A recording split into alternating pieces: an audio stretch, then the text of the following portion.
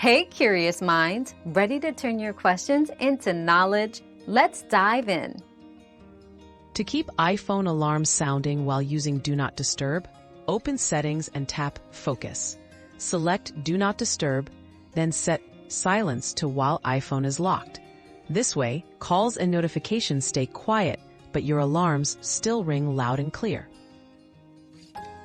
Your daily dose of discovery ends here, but the journey of learning never stops. Subscribe and join us again for more answers tomorrow.